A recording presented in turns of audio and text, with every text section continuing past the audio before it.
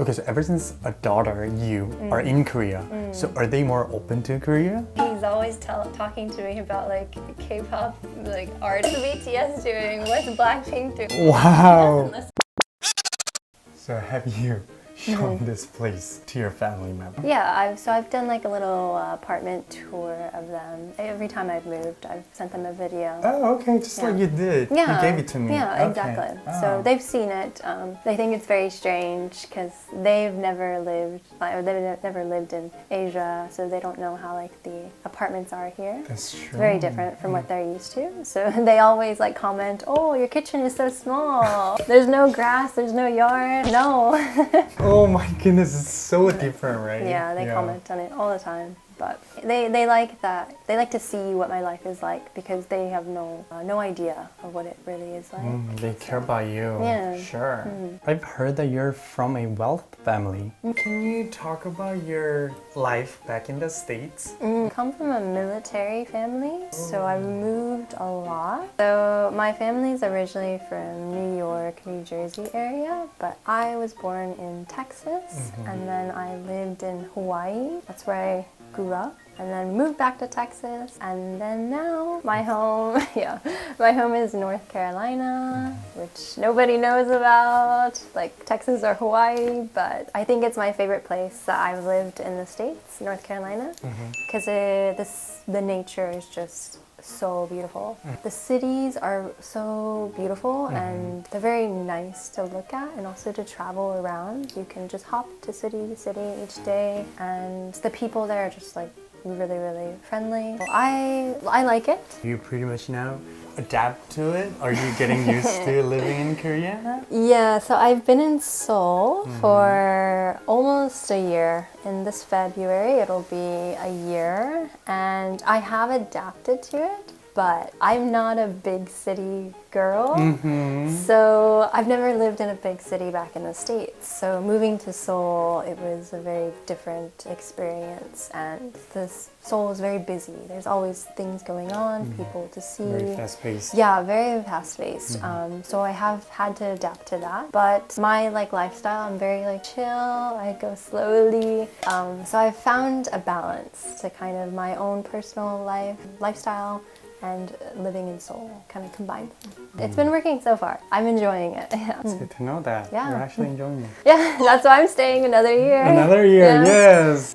So before coming to Korea to teach, was there any conflict or issues with your family? Yeah, I would say my dad, he actually, because he's the one that's in the military, he had experience living abroad away from his family, and I think maybe he had some hardships and he was worried would I be able to go through that because I'm a very soft person. I'm not like him. I can't do the military. So he was a bit worried about me, and also living in South Korea, there's always the threat of North Korea, and so he did have some worries, but I think he trusted me enough. He knew that if I did have problems, I would reach out to them, and I also had a good support system in Korea, so they were fine. He finally accepted, okay, you survived 2 years, 3 years, you can be okay on your own. So he was a bit worried though. He was a bit worried, also just because I am the youngest. I'm also the only daughter, and I was very much like a daddy's girl growing up. So me and him were very close. Because if I put myself in his shoes, yeah, then I might not be able to send my daughter to another foreign country by herself. Yeah, I think because I did do a short living abroad situation in Italy before coming to Korea, so I think that helped them kind of adapt that I'm not going to be in the same country, you can't talk to me at 3 a.m. in the morning. So they definitely got used to it after I did a volunteer program in Europe. But I think also because they did know that I would be leaving, and my family is very independent, so we all get along well, but we do our own things. So my dad does his own things, my mom, my brother, and me. So we come together, but we also have our own separate lives, and we respect our decisions, whatever we do. So I've been very fortunate that they've accepted my decision to move across the country or move across the world and live here. I mean, ever since your family had moved a lot, Yeah, I guess they're more open-minded. Yeah, to it. exactly. Yeah. How often do you keep in touch with them? We text weekly. We only sometimes video chat. It's more just texting, and I would say we talk maybe 3 times a week, and we'll send pictures, our daily life updates, what's going on, and then we have a big family chat that I'm a part of. It has like all my aunts and uncles, and they talk daily. Wow. That can get a bit crazy, but. Yeah, so I keep in touch with them, but I'm not constantly talking to them because the time difference is also. That's true. So you kind of gave away that life to come to Korea for teaching. So were there any moments that you felt regretful? Definitely, because my family, I've always been with my family in the States, and so having kind of living off of my parents it's very easy and very comfortable. I do sometimes miss like just waking up in my parents' house and not having to like pay any bills or just doing whatever I want. But I don't regret leaving. It's a good experience and it's still there for me if I ever want to go back. So. When was the last time you visited? I visited last year for Christmas and New Year's. I was so there. it's almost been a year. Yeah. And that was really good because I didn't see them during...